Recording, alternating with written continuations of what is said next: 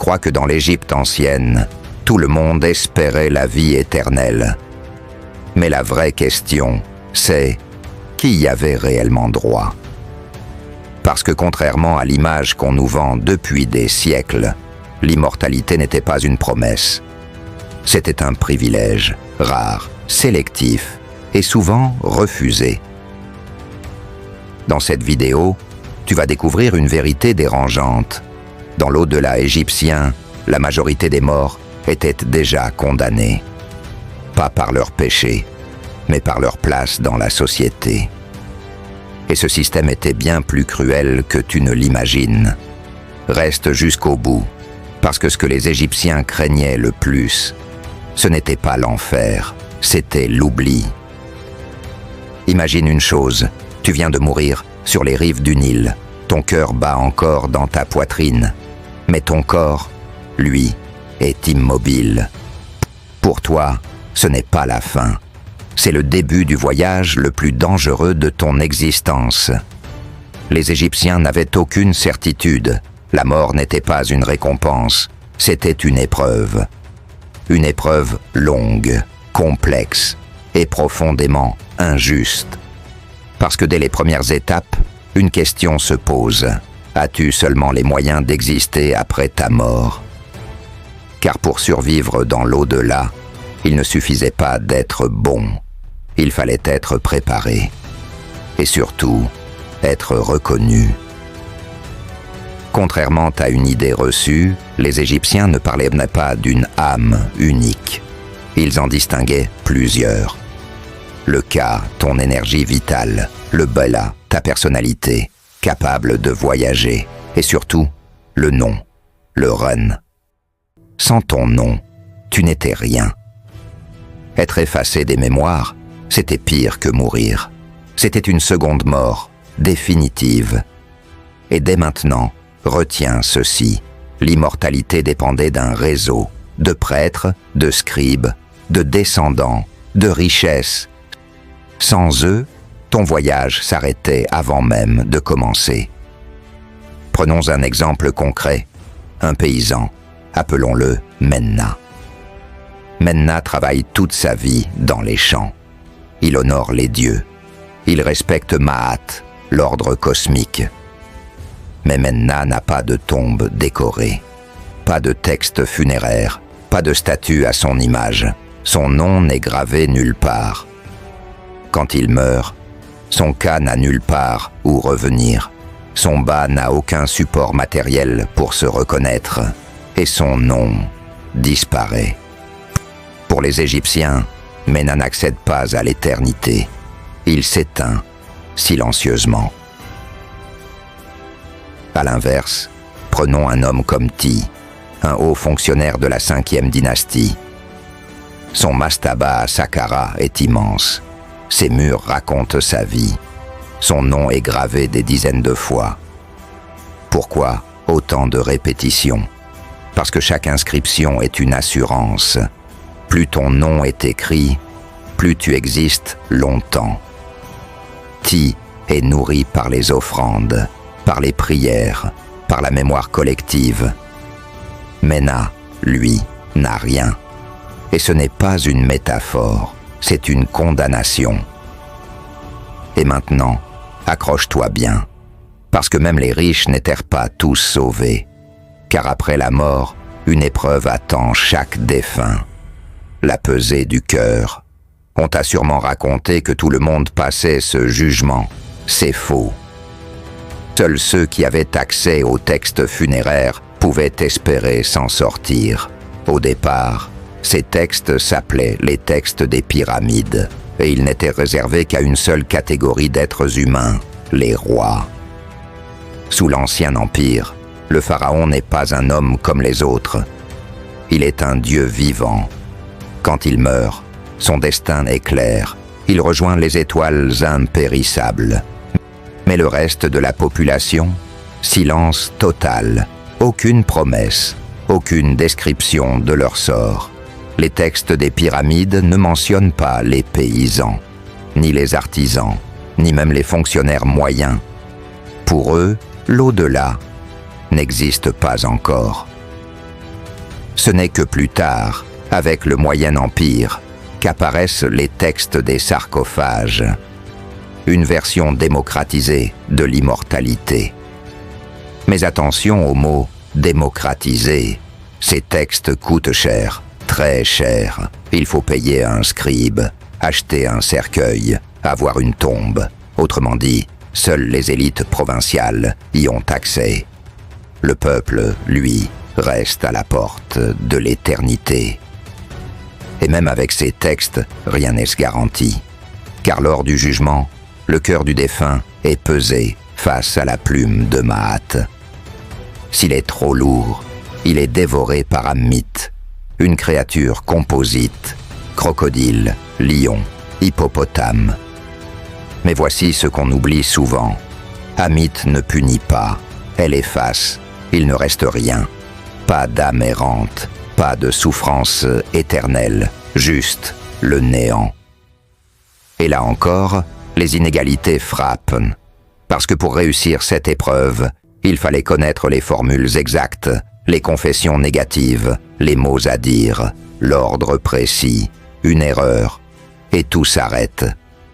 Alors dis-toi bien une chose, l'au-delà égyptien est un examen, et seuls ceux qui ont pu réviser avaient une chance. Mais ce n'est pas encore le plus cruel, car même si tu passes le jugement, encore faut-il survivre dans l'éternité. Et pour ça, tu dois être nourri par des offrandes, par des rites, par des vivants. Sans descendants, sans prêtres, sans héritage, ton existence s'étiole. Des milliers de morts sauvés ont fini par mourir une seconde fois, faute d'entretien, faute de mémoire. Un nom célèbre illustre cette angoisse, Hérunfer, un prêtre du Nouvel Empire. Sur sa tombe, il supplie les passants, « Prononce mon nom, ainsi je vivrai ». Ce n'est pas une formule poétique, c'est une nécessité. Sans voix pour le rappeler, il disparaît. Et maintenant, pose-toi cette question. Combien de personnes pouvaient se permettre ce luxe ? Pas beaucoup. L'au-delà égyptien n'est pas une terre promise. C'est un système hiérarchique, calqué sur la société des vivants. Les puissants vivent éternellement, les autres espèrent ou sont oubliés. Et ce que je ne t'ai pas encore dit, c'est que certains étaient condamnés volontairement, effacés par choix politique, par vengeance, par peur. Imagine qu'on décide volontairement de t'effacer, pas seulement de l'histoire, mais de l'éternité elle-même. Parce qu'en Égypte ancienne, il existait une peine plus terrible que la mort, une peine réservée aux traîtres, aux ennemis, aux pharaons devenus gênants. Cette peine porte un nom moderne, la damnatio memoriae. Pour un Égyptien, c'était l'enfer absolu. Commençons par une vérité dérangeante. Même un pharaon pouvait être privé d'au-delà. On t'a appris que le pharaon devenait automatiquement un dieu après sa mort. C'est faux. Il devenait un dieu à condition qu'on le laisse exister. Et certains n'ont pas eu cette chance. Prenons un cas célèbre, un des plus mystérieux de l'histoire égyptienne. Hatshepsut, une femme pharaon, puissante, légitime, respectée de son vivant. À sa mort, tout semble normal. Temple, statues, cartouches royaux. Puis, des années plus tard, quelque chose change. Son successeur, Thoutmôsis III, lance une campagne systématique. Ses statues sont brisées, ses noms martelés, ses images transformées. Pourquoi ? Pas par haine personnelle, mais par idéologie. Hatshepsut représentait une anomalie, une femme pharaon. Et ça, l'ordre cosmique ne pouvait pas l'accepter éternellement.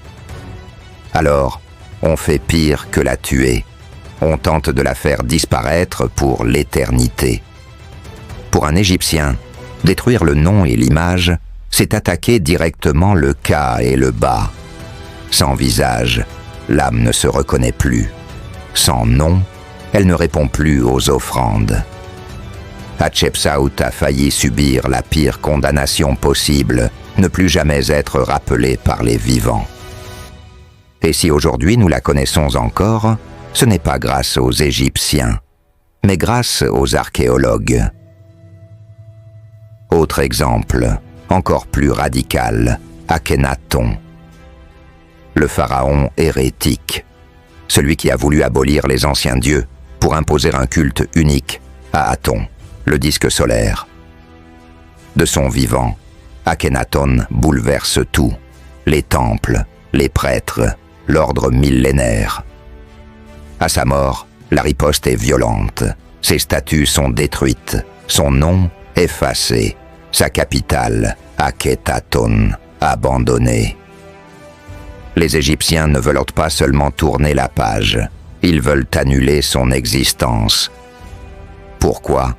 Parce que laisser Akhenaton accéder à l'éternité, c'était reconnaître qu'il avait eu raison. Et là, il faut comprendre une chose essentielle.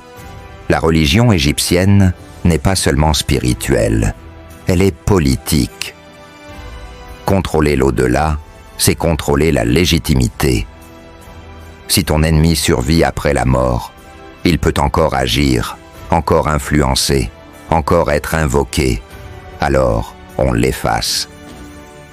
Mais cette condamnation n'était pas réservée aux pharaons, les criminels, les traîtres et parfois même les simples opposants politiques pouvaient subir une peine similaire. Certaines exécutions incluaient un détail glaçant, le refus de sépulture. Sans tombe, sans rite, sans momification, un corps abandonné, c'était une âme condamnée. Les textes juridiques et religieux le confirment, mourir sans rite funéraire, c'est être livré au chaos, aux animaux, à la décomposition, à l'anéantissement. Et pour un Égyptien, le chaos est l'ennemi ultime. Maintenant, parlons de ceux qui, techniquement, avaient accès à l'au-delà, mais dans une version bien moins idyllique que ce qu'on imagine. Le champ des roseaux, l'Aaru. On te le présente souvent comme un paradis, un lieu paisible, fertile, éternel. La réalité est plus nuancée. Dans l'Aaru, on continue de travailler, cultiver, irriguer, récolter, exactement comme sur Terre. Pour les élites, ce n'est pas un problème. Pourquoi ? Parce qu'elles emportent avec elles des Ushepti, des statuettes funéraires, des serviteurs magiques. Quand vient l'ordre de travailler, ce sont eux qui répondent à ta place. Plus tu es riche, plus tu as d'Ushepti. Certains tombeaux en contiennent des centaines. Mais les pauvres, pas d'Usheptis, ou très peu. Résultat, ils travaillent en eux-mêmes pour l'éternité. L'au-delà devient une corvée sans fin. Pas de repos éternel, juste une continuité sociale. Les riches commandent, les autres obéissent, même après la mort. Et il y a pire encore, car tous n'atteignent même pas l'Aaru. Certains textes évoquent des âmes errantes, bloquées, incomplètes, des morts sans nom, sans tombe, sans descendants. Ils ne sont pas punis, ils ne sont pas jugés, ils sont oubliés. C'est pour ça qu'on trouve en Égypte des milliers de lettres aux morts, des messages écrits par les vivants à leurs ancêtres. On leur demande de l'aide, de l'intercession, de ne pas être abandonnés. Pourquoi ? Parce qu'un mort oublié peut devenir hostile ou disparaître. Un texte est particulièrement révélateur. Un homme écrit à sa femme décédée, lui reprochant de ne plus le protéger. Il la supplie, il la menace presque, parce qu'il sait une chose, un mort sans offrande est un mort en danger. Même après le jugement, même après l'Aaru. Et maintenant, prenons un instant pour réaliser l'ampleur de cette cruauté. L'Égypte ancienne est souvent décrite comme obsédée par l'éternité. C'est vrai, mais cette obsession cache une peur immense, celle de ne pas compter, de n'avoir laissé aucune trace. La majorité de la population n'avait ni tombe durable, ni texte funéraire, ni statue, ni oucheptis. Leur survie dépendait uniquement de leurs enfants. Et quand la lignée s'éteignait, l'âme suivait. Alors pose-toi cette question. Combien de personnes, sur des millions d'Égyptiens, ont réellement atteint une éternité stable? Une infime minorité. Les rois, les grands prêtres, les hauts fonctionnaires. Tous les autres flottaient entre espoir et disparition. Et pourtant, il existe un dernier élément, encore plus troublant. Certains Égyptiens refusaient volontairement l'au-delà, par peur, par lucidité ou par révolte. Tu vas découvrir pourquoi l'éternité pouvait être perçue comme une prison et pourquoi parfois mourir une bonne fois pour toutes semblait préférable. Depuis le début, on parle de l'au-delà comme d'un privilège, un système hiérarchique, cruel, inégal. Mais maintenant, imagine ceci. Et si l'éternité n'était pas un cadeau, mais un piège? Parce qu'en Égypte ancienne, certains savaient une chose que l'on oublie souvent. Vivre pour toujours, c'est aussi ne jamais pouvoir s'échapper. Il existe un texte peu connu, profondément troublant. On l'appelle aujourd'hui le dialogue d'un homme avec son bas. Un texte du Moyen Empire. Un homme y discute avec sa propre âme, et ce qu'il dit est glaçant. Il ne supplie pas pour vivre éternellement. Il hésite, il doute, il craint ce qui l'attend après la mort. Pourquoi? Parce que l'au-delà n'est pas un repos. C'est une responsabilité infinie. Dans l'idéologie égyptienne, si tu survis après la mort, tu dois continuer à maintenir Ma'at, l'ordre, l'équilibre, la stabilité cosmique. L'éternité n'est pas passive, elle est active. Tu dois travailler, répondre aux appels, être jugé encore et encore. Et surtout, tu ne peux plus changer. Sur Terre, tu peux évoluer, te racheter, fuir, oublier. Dans l'au-delà, tu es figé. Ta personnalité est fixée pour toujours. Tes erreurs aussi. C'est pour ça que certains Égyptiens redoutaient le jugement, même s'ils avaient tout fait correctement. Parce que la pesée du cœur n'évalue pas seulement tes actes, elle pèse ton être entier, tes intentions, tes pensées, tes rancunes. Et aucune richesse ne peut les alléger totalement. Un détail rarement mentionné. Même les dieux peuvent se tromper. Les textes funéraires insistent lourdement sur les formules de défense. Pourquoi? Parce que le défunt ne fait pas confiance au système. Il doit se justifier, se protéger, argumenter, comme s'il passait un procès, sans avocat. Et maintenant, parlons d'un cauchemar absolu. Tu réussis le jugement, tu entres dans la roue, tout semble parfait. Mais un jour, plus personne ne prononce ton nom. Les offrandes cessent, les rites s'arrêtent, ton existence commence à s'effilocher. Tu ne souffres pas, tu ne cries pas, tu t'éteins lentement, conscient. Certains textes parlent de morts qui deviennent faibles, affamés, silencieux, des âmes qui ne peuvent plus agir, plus répondre. C'est une mort lente, sans violence, mais terrifiante. C'est pour éviter ça que les Égyptiens gravaient leurs noms partout, sur les statues, les murs, les cercueils, les stèles, parfois même sur d'autres monuments. Un nom gravé, c'est une encre dans le monde des vivants. Mais même cette stratégie n'est pas infaillible. Les temples sont détruits, les tombes pillées, les dynasties disparaissent, l'éternité repose sur quelque chose de très fragile. La mémoire humaine et la mémoire meurent toujours. Alors certains Égyptiens choisissent une autre voie. Ils cherchent non pas à vivre éternellement, mais à bien mourir, à accepter la fin. Des sages du Moyen Empire écrivent des textes pessimistes, lucides, presque modernes. Ils parlent d'un monde injuste, d'un au-delà incertain, d'une éternité réservée à quelques-uns. Ils ne rejettent pas les dieux, mais ils ne s'illusionnent plus. Et maintenant, un détail encore plus troublant. Les Égyptiens n'avaient pas de véritable enfer, pas de lieu de torture éternel. Pourquoi ?